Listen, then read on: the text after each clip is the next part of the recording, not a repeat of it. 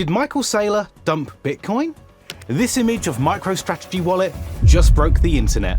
Hi, I'm Dan from BeAWhale, and here's everything that happened last week. Let's start with the bloodbath.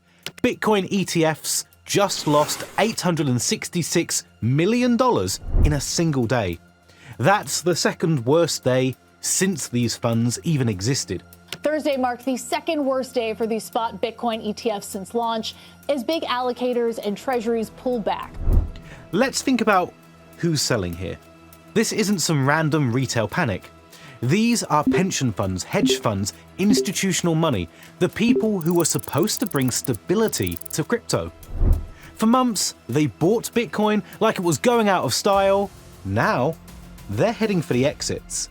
And the timing is wild. This happened right after the government shutdown ended. You'd think certainty would be good for markets, right? Wrong. Money kept pouring out.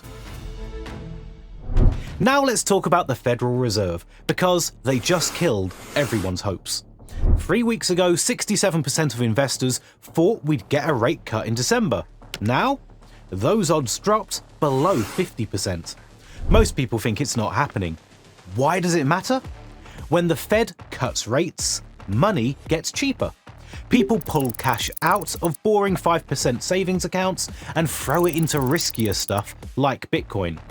But when rates stay high, that money stays parked in banks, earning risk-free interest. The Fed chair came out and basically said a December rate cut is far from guaranteed. In the committee's discussions at this meeting, there were strongly differing views about how to proceed in December. A further reduction in the policy rate at the December meeting is not a foregone conclusion. Far from it. Policy is not on a preset course. Some economists are warning the Fed's playing with fire.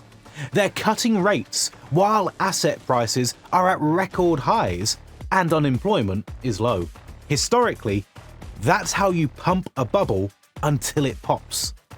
For crypto, this means one thing. The money's not coming as fast as we thought. Alright, so the 43-day government shutdown finally ended. For over a month, nothing moved. The SEC couldn't approve ETFs. The CFTC couldn't push regulations forwards. Then it ended and everyone expected a rally. But instead, Bitcoin crashed below $100,000. So much for that celebration. Look, the SEC and CFTC are back at work now. ETF applications can move, regulations can progress, but the market's telling us something important. Investors aren't excited. They're scared. The government is open, but fear is still calling the shots. This one's going to make you uncomfortable. Bybit just dropped a report analyzing 166 blockchains, and they found something disturbing. 16 of them can freeze your funds whenever they want. Let that sink in. You think you own crypto? Decentralized? Permissionless? Nobody controls it? Wrong. Chains like BNB Chain have freezing powers hard-coded into their systems. The foundation, the developers, they can stop your transactions with a button click. It's gone. It's all gone. What's all gone? The money in your account. It didn't do too well. It's gone. What do you mean? I have $100. Not anymore, you don't. Poof. And 19 other blockchains, including Cosmos, are only one small code update away from having the same power. The irony is perfect. Crypto was literally invented to escape this. No banks blocking accounts, no governments freezing assets. That was the entire point. But some blockchains today have more control than traditional banks ever did. Now, Bybit's not saying this is pure evil. Sometimes freezing helps. When Bybit got hacked for $1.5 billion, partners froze $43 million of stolen funds. But the question stands. If someone can freeze your money, is it really your money? Alright, here's the headline that broke the internet. Friday morning, Bitcoin crashes from $100,000 to below $95,000. A massive sell-off. Then a report drops. Strategy just sold 47,000 Bitcoin worth $4.6 billion. The internet exploded. Saylor's dumping. The Bitcoin king is selling. Pure panic. Twitter exploded. Reddit went into meltdown mode. Everyone believed it. Then Saylor shows up and says, "There's no truth to this. We are buying Bitcoin." So it was fake. Completely made up. Strategy didn't sell a single coin. They're still holding 640,000 Bitcoin, the biggest treasury in the world. So what happened? Fear. Pure fear. The market dropped, somebody invented a rumor, and everyone accepted it as fact without checking. Saylor even went on CNBC to calm people down. No rich person wants to buy the currency instead of an equity or a real estate or a capital asset. Michael, given where Bitcoin's trading right now, are you buying? We are buying. We're buying quite a lot, actually, and we'll actually report our next buys on Monday morning. I think people will be pleasantly surprised. In fact, we've been accelerating our purchases. But wait, there's a twist. Strategy's stock, MSTR, actually did drop. Down 17% in 5 days. Why? Because even though Strategy isn't selling, other companies are buying more Bitcoin than them. Coinbase, Metaplanet, they're all stacking harder. Strategy's still the king, but the competition is catching up. Now here's something that should be way bigger news. The Czech National Bank, an actual central bank, just bought $1 million in Bitcoin. First European central bank to officially buy Bitcoin. Sure, $1 million isn't much for a central bank, but that's missing the point. They're testing, learning, and preparing. The bank's governor said that in the future, people will easily buy tokenized bonds and assets. They're not going all in tomorrow, but they're getting ready for a world where blockchain is standard infrastructure. Back in January, this same governor proposed buying $7.3 billion in Bitcoin, 5% of their total reserves.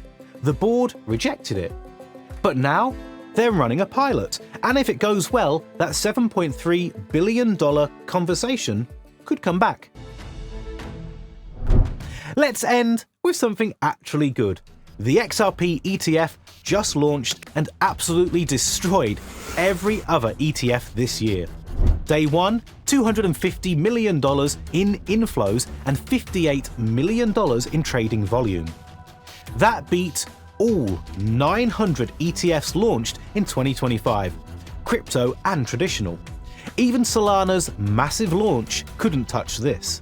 So what's happening? Institutions aren't leaving crypto, they're just picking winners. Bitcoin ETFs lost $866 million. Ethereum ETFs lost another $259 million. But XRP, people are rushing in. Smart money traders, the ones with winning track records, added $44 million in XRP positions in one day. Part of XRP's success comes from in-kind creation. Instead of buying with cash, people can exchange actual XRP tokens for ETF shares. That brought massive inflows without showing up in normal trading volume. The money's rotating, and XRP just proved that crypto demand is far from dead. The US Mint just made the last penny ever. Each penny costs 3.7 cents to make, so they're stopping production. Meanwhile, Bitcoin's smallest unit, the Satoshi, is becoming more relevant every year as inflation makes dollars worth less. A Federal Reserve official just said stablecoin demand could actually push down interest rates. Stablecoins buy treasury bills, which increases demand and lowers rates. The stablecoin market could hit $3 trillion in 5 years. The CFTC is pushing to allow leveraged crypto trading in the US as soon as next month. This means you could trade with borrowed money on regulated exchanges. High risk, high reward. JPMorgan just launched a deposit token on Coinbase's Base blockchain. It's not a stablecoin, it's a direct claim on a bank deposit. Instant payments 24/7.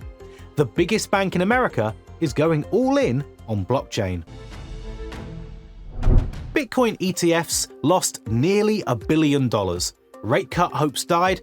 Michael Saylor didn't dump Bitcoin, but everyone panicked anyway. The fear is real.